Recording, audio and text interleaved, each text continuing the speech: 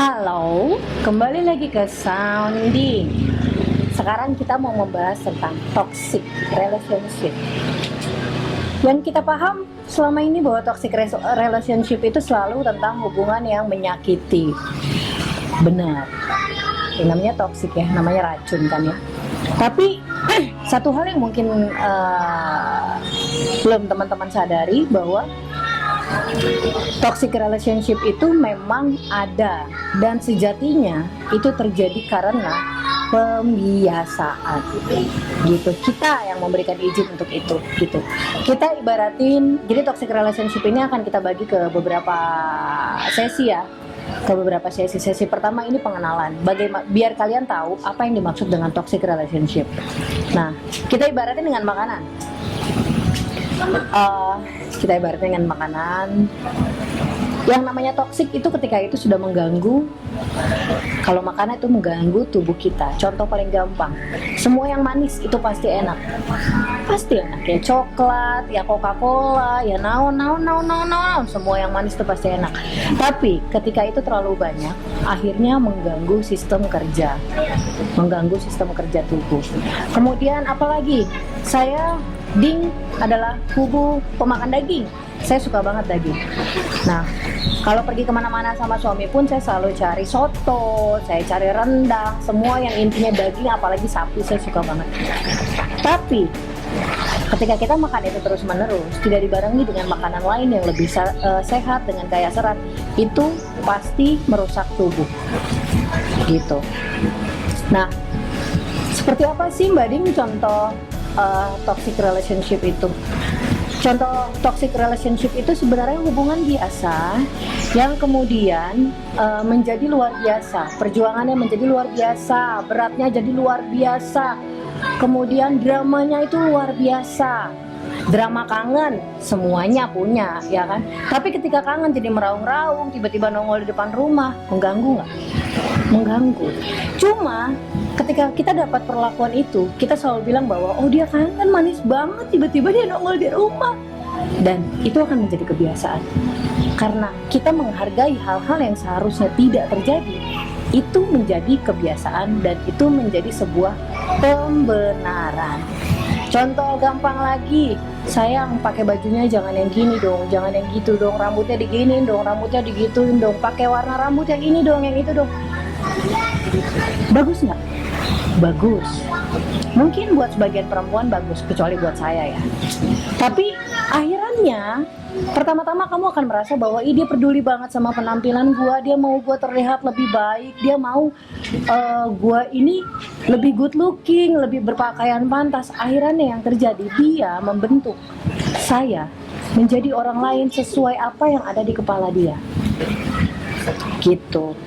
Lagi, saya ini kalau marah ya marah, saya akan ajak bicara orangnya dengan nada saya yang berasal dari daerah Sumatera. Kemudian dia mungkin orang yang sangat halus sampai akhirnya dia menolak. Dia bilang kalau marah sama aku jangan kayak gini dong, ini nggak bagus buat perempuan, ini nggak bagus buat itu, ini nggak bagus buat itu. Oke, akhirnya cara marahnya diubah. Gampang nggak merubah cara marah? Enggak, susah banget. Apalagi dari saya kecil saya tahunya caranya seperti itu.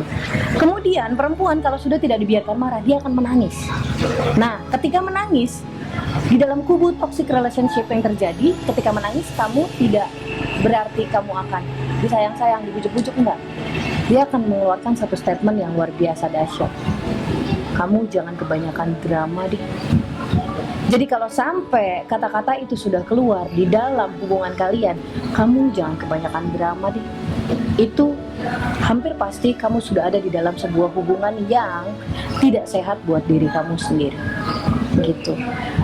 Setelah saya lihat-lihat, kita sekarang sedang mencoba mengenali ya, apa sih toxic relationship, bagaimana sih dia tiba-tiba bisa ada di dalam hubungan kita. Kita akan membahas bagaimana mengatasinya nanti ya di sesi berikutnya. Sekarang sesi mengenali.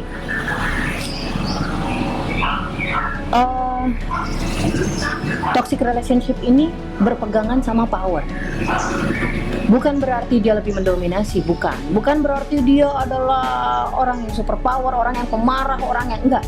Toxic relationship belum tentu orang yang bertemperamen keras, belum tentu.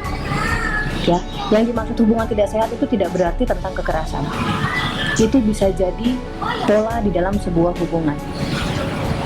Menurut saya ada 3 versi kenapa terjadinya toxic relationship. Yang pertama, rahasia. Kita sebagai perempuan, kita menyampaikan rahasia terdalam, keburukan-keburukan, hal-hal yang hampir tidak pernah kita ceritakan sama orang lain.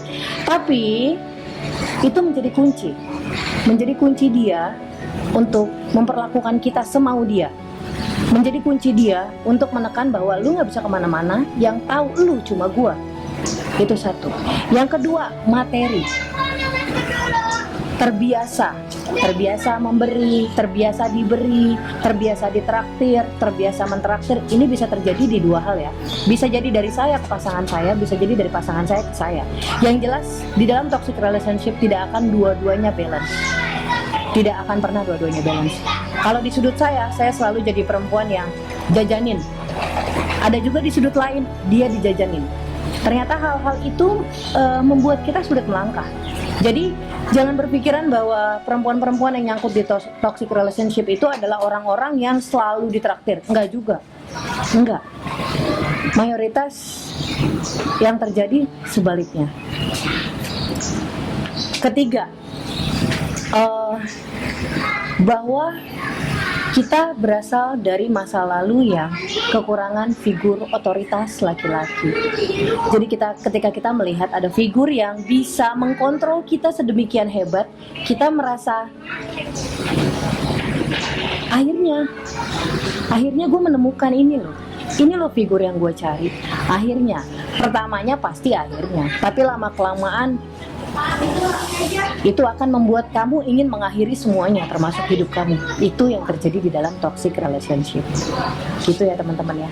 Jadi coba kalau misalnya teman-teman ngerasa, kenapa sih gue bisa tiba-tiba hubungan gue seberantakan ini? Kenapa sih tiba-tiba orang yang gue sayang menjadi seperti ini ke gue? Sekarang waktunya melihat lagi ke dalam diri sendiri. Apa yang sudah kamu lakukan, apa yang sudah kamu biarkan, apa yang sudah kamu ceritakan. Gitu. Apa berarti kalau misalnya mengenai rahasia, apa berarti saya tidak boleh berahasia? Enggak, boleh aja. Semua orang berhak melakukan apapun. Tapi jangan sampai apa yang kita ceritakan itu menjadi bumerang buat kita. Gitu. Ya. Toxic relationship mayoritas seperti itu. Contoh gampangnya itu akan saya bahas setelah ini.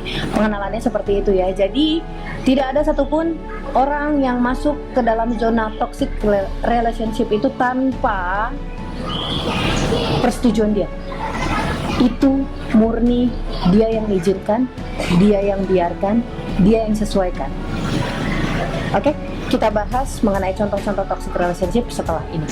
Alright, terima kasih sudah duduk manis.